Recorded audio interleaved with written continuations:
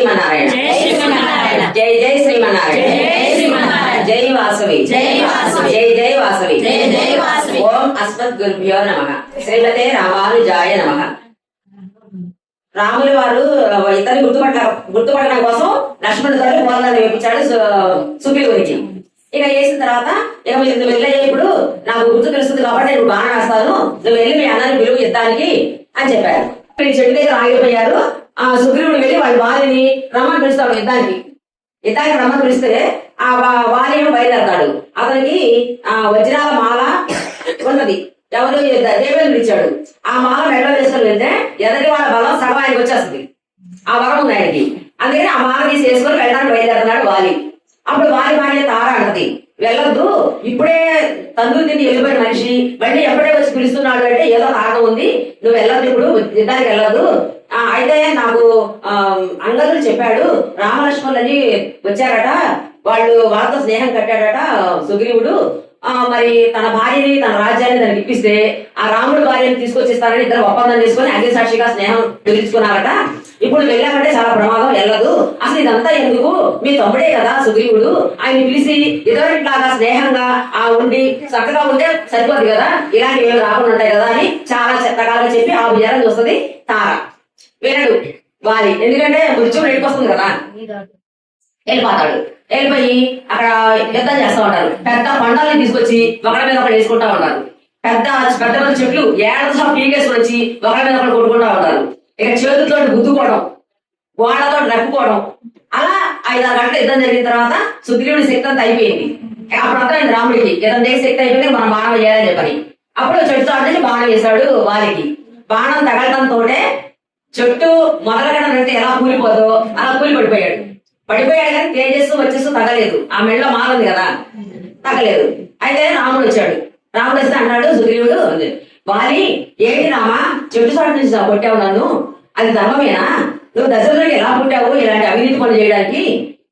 మరి నేను ఇద్దరు పోటాడుతూ ఉంటే మూడో వ్యక్తి షార్ట్ నుంచి కొట్టచ్చా, ఎదురుకుండా వచ్చి కొట్టాలి, నువ్వు తప్పు చేశావు అని అది ఇదని మాట్లాడితే అప్పుడు రాముడు అంటాడు, నీకు ధర్మ సూక్ష్మాలు తెలవు, ఈ రాజ్యం మొత్తం ఈ ఎడవలు ఇవన్నీ కూడా ఇక్ష్వాకు వంశంలో ఉన్నవి, ఇక్ష్వాకు వంశస్థులు రాజులు వాళ్ళు. ఆ రాజులు అధర్మం చేసిన వాడిని చంపడం వాళ్ళ ధర్మం, ధర్మాన్ని కాపాడాలి రాజులు అన్నవాళ్ళు. ఇది మా వంశంలో మా రాజ్యాల్లోనే ఉన్నది ఈ కిష్కింద, నువ్వు తప్పు చేసావు కాబట్టి నీకు చంపే అర్హత నాకు ఉన్నది. అది కాకుండా జంతువులు వేటాడాలంటే ఎలా వేలాడతారు, చాటుగా ఉండి కొడతారు, జంతువుల్ని వల వేసి పడతారు, చేపల్ని, పక్షుల్ని కూడా చెట్టు మీద నుంచి కొడతారు. అది తప్పు కాదు, నువ్వు జంతువే కదా, నేను అట్లా వేటాడనేది తప్పు లేదు. అది కాకుండా తండ్రి, గురువు, అన్న ముగ్గురు కూడా తండ్రికి సమానులు. తమ్ముడు, కొడుకు, శిష్యుడు, వీళ్ళు ముగ్గురు కొడుకుతో సమానం. అలాగే నీ కొడుకుతో సమానమైన నీ తమ్ముడు భార్య సుగ్రీవుడి భార్య తారని నువ్వు ఉంచుకున్నావు, నీకు కోడలతో సమానం రామా, అది తప్పు కదా నువ్వు చేసింది, ఎంతో మందిని చంపావు, అది తప్పు కదా. మరి ఇలా తప్పు చేసిన వాళ్ళని దండించడం రాజు యొక్క లక్షణం, అదేం తప్పు కాదు అని చెప్పి అంటాడు. అప్పుడు నాకు జ్ఞానోదయం అయింది, నిజమే నేను ఇలా చేశాను అని చెప్పి భార్య ఒప్పుకుంటాడు. ఒప్పుకొని నన్ను క్షమించు మరి అని చెప్పంటే, నువ్వేం బాధపడద్దు, నువ్వు స్వర్గానికి వెళ్ళిపోతావు, ఎందుకంటే నేను శిక్షించాను కాబట్టి నువ్వు చేసిన తప్పులని పోయి నువ్వు బాధపడక్కర్లేదు అని చెప్తాడు. ఇక్కడ ఇలా ఉంటది. అక్కడ రాణి కదా తారా, ఈ రాజుగారు చనిపోయిన వార్త వెళ్ళిపోయింది ఆమెకి.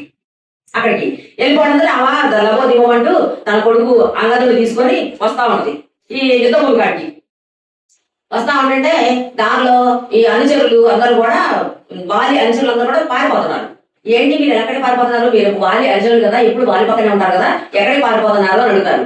అడిగితే ఇంకేముంది, వాలిని చంపేశారు, మరి సుగ్రీవుడు రాముడు కలిపి ఈ రాజ్యం లాగేసుకొని మమ్మల్ని కూడా లాగేసుకుంటారని చెప్పి మేము పారిపోతున్నాము, నువ్వు కూడా ప్రాణాంత బతకాలంటే నీ కొడుకుతో పాటు మాతో వచ్చేసేయి, లేదంటావా ఎవరికి తెలవకుండా నీ ఇంట్లోనే అతనికి పట్టాభిషేకం చేసి రాజు చేసేది నీ కొడుకుని అని చెప్తారు. అది తప్పు, అలా చేయకూడదు, మీరు అనుచరులు ఎప్పుడు అనుసరించి ఉండాలి, ముందు నా భర్త పోలేదు కానీ రాజ్యం పోతే వచ్చిందా అని చెప్పి ఎంతమందికి వెళ్తుంది ఈ కొడుకుని తీసుకొని అంగదుని తీసుకొని.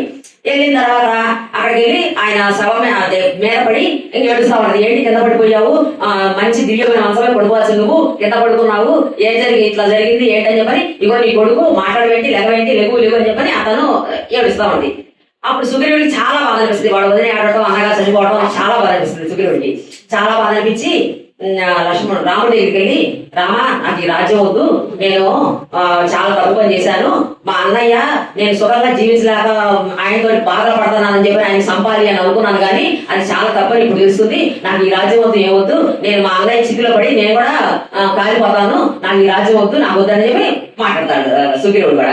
మాట్లాడితే అలా కాదు, ఎప్పుడు ఏది సరగా అలా జరుగుద్ది, నువ్వేమి నువ్వు అదే పడకూడదు, నువ్వు అట్లా ఉండే అని చెప్పని తార దగ్గరికి వస్తాడు. ఈ లోపల హనుమంతుడు తార దొరికిస్తావంటే హనుమంతుడు వచ్చి, అమ్మా నువ్వు దొరికించద్దు, నువ్వు మహారాణివి, నువ్వు ఇప్పుడు ఈ కోతులని కొండముచ్చుల్ని అందరినీ కాపాడాల్సిన బాధ్యత నీ మీద ఉన్నది, నీ కొడుకున్నాడు అంగదుడితో పాటు నువ్వు కాపాడుకోవాలి, నువ్వు ఇలా దుఃఖించకూడదు, భూమి మీదకి వచ్చిన ప్రతి ప్రాణి కూడా మరణించాల్సిందే, ఎప్పుడొకప్పుడు తప్పదు, నువ్వు ఇలా బాధపడద్దు అని ఆమె చెప్తాడు. చెప్పి హనుమంతుడు చెప్పిన తర్వాత ఇక తార దగ్గరికి రాములు వారు వచ్చారు. రాముడు వచ్చేసరికి ఇక శవం మీద పడి ఏడుస్తా ఉన్నది. ఏడుస్తా ఉన్నప్పుడు రాముడితో చెప్తారు కదా సుగ్రీవుడు, వాలి నేను చనిపోతానని బాధలేదు, తార గురించి కూడా నాకు బాధలేదు, కానీ నా ముద్దుల కొడుకు అంగదుడు చాలా చిన్నవాడు, నేను వాడు పుట్టిన దగ్గర నుంచి పువ్వుల్లో పెట్టి పెంచుకున్నాను వాడిని, మరి ఇప్పుడు మా తమ్ముడు నా మీద కక్ష కొని మా అబ్బాయి నాన్న చేస్తాడేమో, అదొక్కటి కాపాడు రామా, నాకు ఇంకేం చేయగలేదు అని. ఏం చేయడు, సుగ్రీవుడు కూడా నువ్వు ఎలా చూసుకున్నావో నీ కొడుకుని అలాగే చూసుకుంటాడు, నువ్వు అలాంటి బాధ్యత పెట్టుకోవద్దు అని చెప్పి అంటాడు. ఆ తర్వాత వారి సుగ్రీవుడిని రమ్మ పిలుస్తాడు దగ్గరికి. పిలిచి, సుగ్రీవా మన ఇద్దరు అన్నదమ్ములం, ఒక తండ్రి కడుపును పుట్టాము, కానీ అన్నదమ్ములాగా మనం సఖ్యంగా జీవించలేకపోయాము, మనకి ఇలా రాసిపెట్టాడు భగవంతుడు, మరి మన ఇద్దరు బద్ద శత్రువులాగా బతికాము, నువ్వు నా మీద శత్రువులతోటి నా కొడుకు నేను చేయవాకు, అంగదుండి నేను అతని చేతుల్లో పెట్టుకొని పెంచాలని అంగదుండి, వాడికి ఏమీ తెలియదు, వాడికి కావాల్సిన బంగారము మంచి వస్త్రాలు అన్ని సమకూర్చి వాడిని మంచిగా చూసుకుంటే చాలు, రాజ్యం నువ్వు వేలుకో అని చెప్పని తన మెడలో ఉన్న ఈ వజ్రాల హారం ఉంది కదా అది శుక్రుడి మెడలో వేస్తాడు. వేసి నా చివరి కొడుకే చెబుతున్నాను, నా కొడుకుని మంచిగా చూసుకో నువ్వు అని చెప్పి ప్రణామం చేస్తాడు. ఇక ఆ శవం మీద పడి బాగా ఏడుస్తా ఉంటది తార. ఇక ఈ సంగతి తెలిసి రాణులు అందరూ ఆడవాళ్ళందరూ కూడా వచ్చేస్తారు ఇక్కడికి. ఇక అందరూ గురువుగా ఏడుస్తా ఉంటాడు. అప్పుడు రాముడు వచ్చి తారతోటి మాట్లాడాలని వస్తాడు. వస్తే తార పడుకొని ఏడుస్తా ఉంది కదా, మిగతా ఆడవాళ్ళు తార లేపుతారు. అప్పుడు రాముడు చూసి, రామా నా భర్తను బాణం వేసి చంపేశావు, నన్ను కూడా బాణం వేసి చంపేసాయి, నేను కూడా వెళ్ళిపోతాను, నాకు ఈ జీవితం మీద ఆశ లేదు అని అంటే, అంగదుడు ఉన్నాడు నీ కొడుకు, అంగదుడి కోసం నువ్వు బతకాలి, నువ్వు ఉండాలి అని చెప్పంటే, అంగదుడు లాంటి 100 మంది కొడుకులు ఒక పెట్టి నా భర్తను ఒక పెడితే నేను ఇటువైపు తూగుతాను అని చెప్పాడు తార.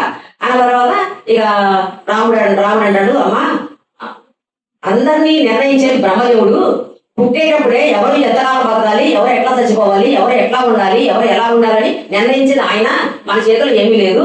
ఇప్పుడు నువ్వు రాజుకి ఎలాంటి సంస్కారం చేయాలో అలాంటి సంస్కారాన్ని దగ్గరుండి నువ్వు జరిపించాలి, నువ్వు అదే పడకూడదు, అలాంటి మాటలు మాట్లాడకూడదు అని చెప్పి చెబుతాడు. అప్పుడు కొంచెం దుఃఖం తగ్గించుకోండి. అప్పుడు సుగ్రీవుడు పిలిచి, మీ అన్నకి ఏ లోటు లేకుండా రాజులకి ఎలా జరుగుతాయో ఎలా చెయ్యాలో అట్లా అన్ని చేపించు అని చెప్పి అన్నాడు రాముడు. అంటే సరే అని చెప్పని గంధం చెక్కలు మంచి సువాసన వచ్చే చెక్కలు అన్ని తెప్పించి ఇక మంచి పల్లకి తెప్పించి ఆ పల్లకిలో వారిని కూర్చోబెట్టి తీసుకెళ్తారు. బంగారు నాణ్యాలు బంగారు కాసులు చదువుకుంటూ తీసుకెళ్తారు. తీసుకెళ్లి చాలా వైభవంగా దహన కార్యం చేస్తారు. చేసిన తర్వాత రాముడు అంటాడు, సుగ్రీవ నేను రాజ్యంలోకి రాకూడదు, కిష్కింధలోకి రాకూడదు, కిష్కింధ రాజ్యం కదా. రాముడు ఏమంటాడు, మా తల్లిదండ్రులు చెప్పిన ప్రకారం నేను అడవిలోనే ఉండాలి, రాజ్యంలోకి రాకూడదు, నేను కిష్కింధలోకి రాకూడదు, కాబట్టి నువ్వు వెళ్ళు, రాజ్యపట్టాభిషేకం చేసుకో, నువ్వు అంగదుడికి యువరాజ పట్టాభిషేకం చెయ్యి, చక్కగా నీ భార్యతోటి నీ సుఖంగా ఉండు. ఇప్పుడు రేపటి నుంచి వర్షాకాలం మిగిలింది, వర్షాకాలంలో సీతాన్వేషణ చేయడానికి కుదరదు, కాబట్టి ఈ 4 నెలలు నువ్వు ఇన్నాళ్ళ నుంచి నీ భార్య దూరం అయిపోయింది, రాజ్యం దూరం అయిపోయింది, కాబట్టి నీ భార్యతోటి రాజ్యంలో సుఖంగా ఉండు. 4 నెలలు అయిపోయిన తర్వాత కార్తీక మాసంలో అప్పుడు మనం మళ్ళీ వెతకడం మొదలు పెడదాం. నువ్వు వెళ్ళి ఇప్పుడు సుఖంగా ఉండు, మేమిద్దరం అప్పుడు దాకా రాజ్యంలో రాకూడదు, కాబట్టి కిష్కింధ పర్వతం మీద రామలక్ష్మణుడు మేమిద్దరం ఉంటాము, ఆ తర్వాత మనం చేద్దాం, ఈ 4 నెలలు సుఖాలు అనుభవించు అని చెప్తాడు. జై శ్రీమన్నారాయణ.